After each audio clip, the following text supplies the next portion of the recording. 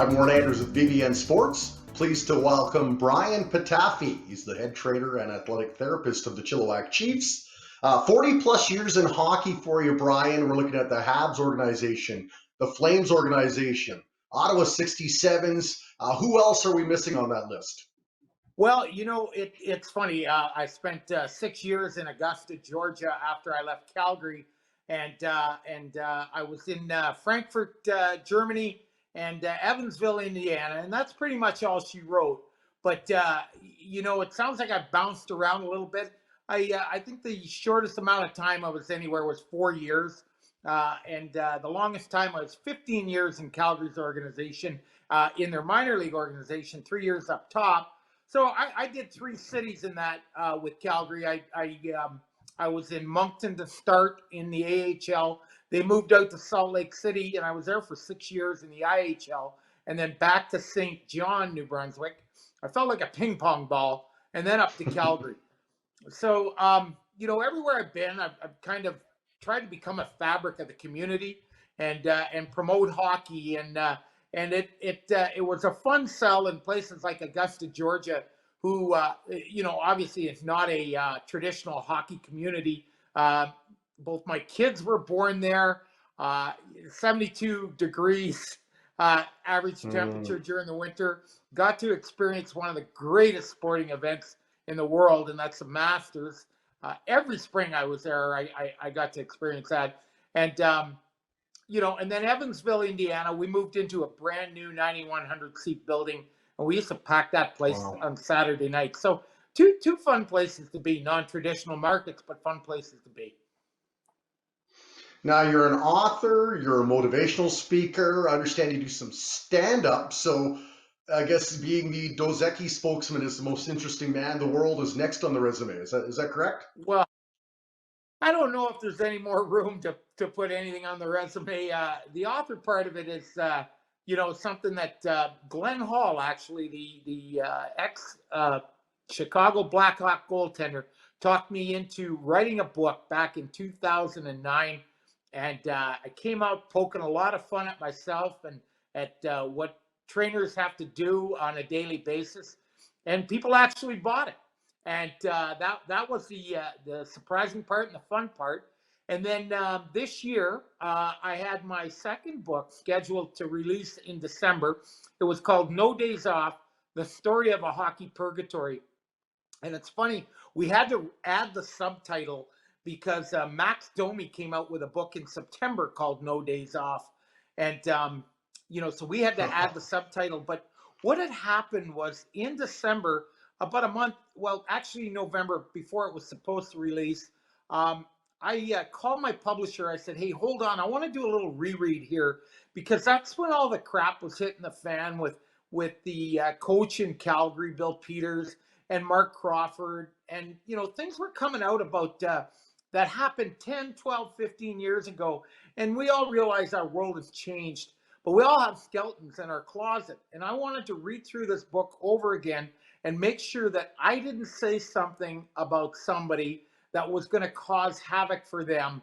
And, this game has been really, really good to me for over 4 decades. And I'm not going to use an opportunity to write a book to trash people in the game or, trash the game itself. This is how I've made my living.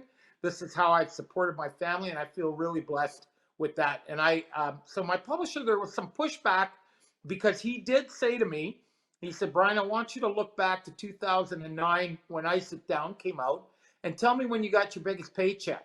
And, it was a no-brainer. I said it was in January. The book came out late November, the Christmas season. People were buying it off the end cap. And, my biggest check was in January. And I collected residuals off that book for a year. And, but I said, you know what? This isn't about money now. This is about people's lives. And so, you know what? He bought in, and I'm doing a reread and a little bit of a rewrite. Times have changed, the game's changed, and so it's still going to be a fun book, and I'm still excited about it coming out. But I just want to make sure that I can sleep at night after it does come out. Well, as a trainer, it's not about just working on the physical injuries. A lot of times you're also kind of playing amateur psychologist. And we talked about coaches and the way that that's kind of changed the way they relate to players is the way that you relate to the players, especially coming from the pros down to juniors now. Has that changed the way that you talk with them, the way you relate with them? Well, there's so much different, and we did a Facebook Live yesterday, and Theo Fleury was on, and Donnie Brennan from the Ottawa Sun, and one of our current players, Brett Rylance. And Theo brought up a good point, with Brett, and I was very appreciative of Theo's words when he said, "You know what, Brett, you got a guy in your room there that's been at every level, and he knows what it takes to get to every level." He goes, just listen to him, get from him, what you can, and use that. And those are big words coming out of a guy like Theo. The guy over 1,000 points in the NHL. Over a point a game. He should be in the Hall of Fame.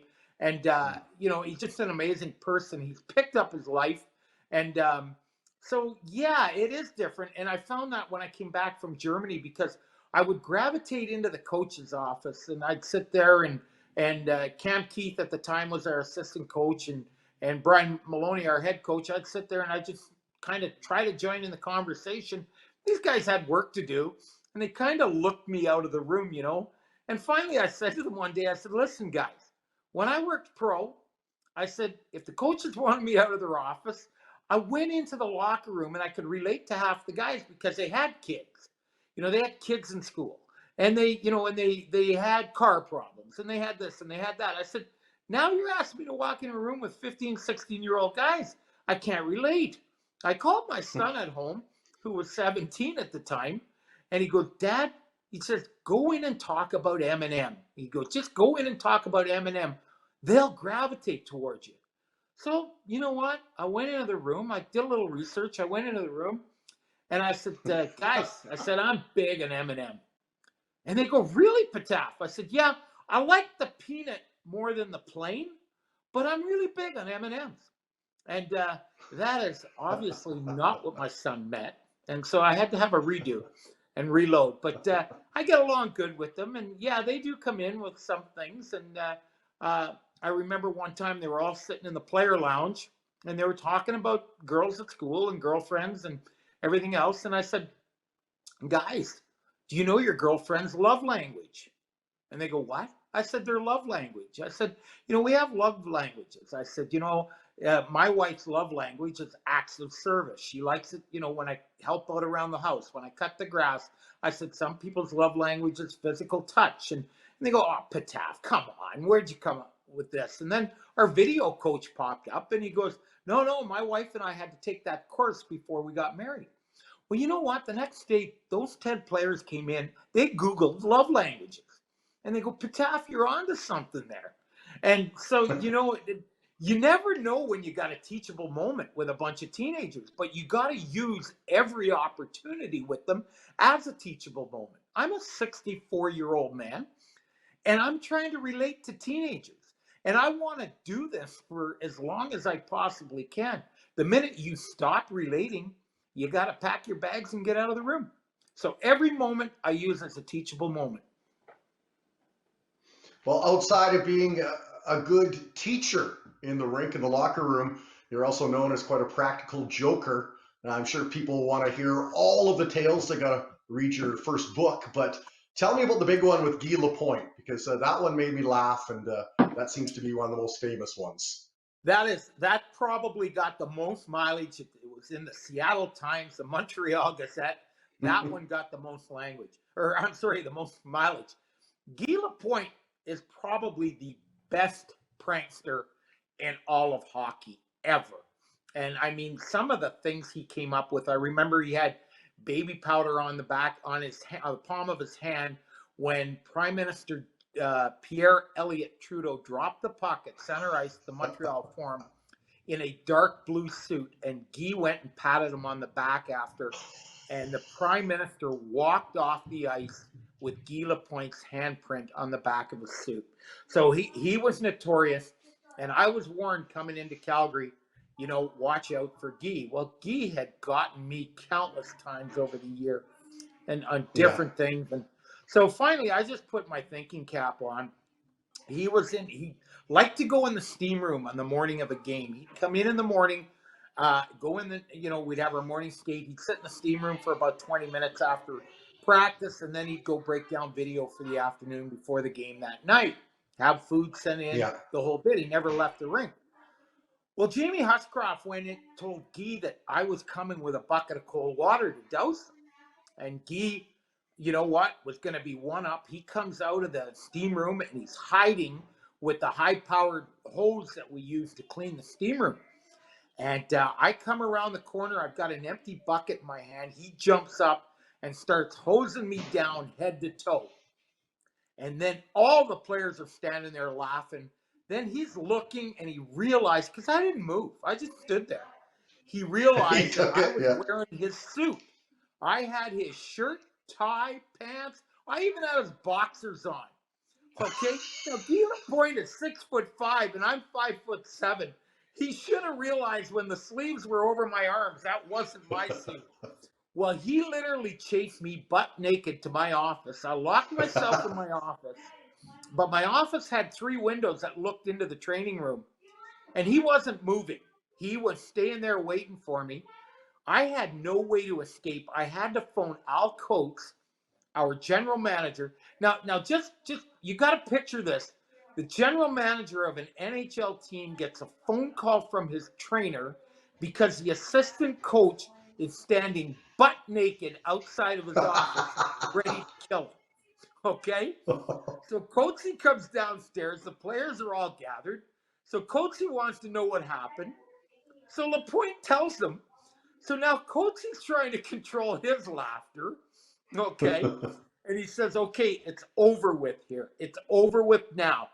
So I had to get myself out of this $1,800 Armani suit, soaking wet, and hand it to Guy. He had to call his wife to bring in another suit for him for the game that night and to take that one to the cleaners. And we were told it was over, and that was the end of it. And the next week, we're in Pittsburgh. We're at the William Penn Plaza. And at 3 o'clock in the morning, my the clock radio in the room goes off. It's on a hard rock station. And I'm reaching, trying to shut it off. And it's under my bed. So Lapointe had gotten in my room, set that radio full blast, and put it under my bed to go at 3 in the morning. Then I get back to sleep. At 6 in the morning, there's a knock on my door. It's room service. And I opened the door. I said, I didn't order anything. They've got a tray out there that could feed an army. What Guy had done is underneath the bed, he had taken the thing off the door that you hang on the door to order breakfast. And he ordered everything on the menu, and he put at the bottom of it a party, business meeting, breakfast meeting. And so the guy comes to my room with $170 bill for everything from bagels and lox to hot chocolate and tea. And I had to weasel my way out of that one, but that did end it because I wasn't going back at him. I couldn't afford it. No, you're not making the NHL coin when it comes to the players. No, I used to joke with the guys that because they got paid twice a month, and on the 15th and the 30th, and I said, you guys, I get paid weekly, and they go, really? I said, yeah, very weekly. But, you haven't been in Chilliwack for that long, but have you got any special memories from the short time that you have been here? Well, I think number one was my 2 children were born in the U.S. And I go back to North Carolina in the summer. My wife is a healthcare professional there, and she wants to work a little bit longer in her profession, and she's followed me around everywhere we've gone. And then when I went to Frankfurt, we decided she was going to go back into her profession, and I was going to leave for the winter, and then come back in the summers. And she comes up to visit and everything else. So I think the one was when I was leaving last summer, my wife and daughter wanted to have a family meeting and with me, and they didn't include my son. And I'm going, okay, you know, what's going on here? And my daughter said, you know, she wanted to move up to Canada and live up here and study up here and learn about British Columbia and Canada. And you know, she goes, Dad, you're Canadian. I want to learn about it. And then the big one is she came up here and applied for her citizenship card because she is a first generation Canadian, even though she was born in the U.S. But she wants to carry a Canadian passport. And she, you know, this was really this really grabbed my heartstrings because you know, my son works for Joe Biden's campaign down in the U.S. and on a presidential campaign right now, and you know he's really plugged into U.S. politics, but he really knows how Canada works too because he's that type of kid. He's really into politics, and my daughter, you know, she just, you know, it was a proud day for me. So I'm going to say that was a highlight, and I know Mama's proud of her for it. And I'm proud to have her up here. And boy, it's made a different sort of kind of animal here in the house because you know it was I'd wake up in the morning and then put the pizza box away or you know, put the leftovers back in the fridge. So you know, now we're both patiently waiting for the border to open back up so we can go home, spend time with Mom and our son, my son.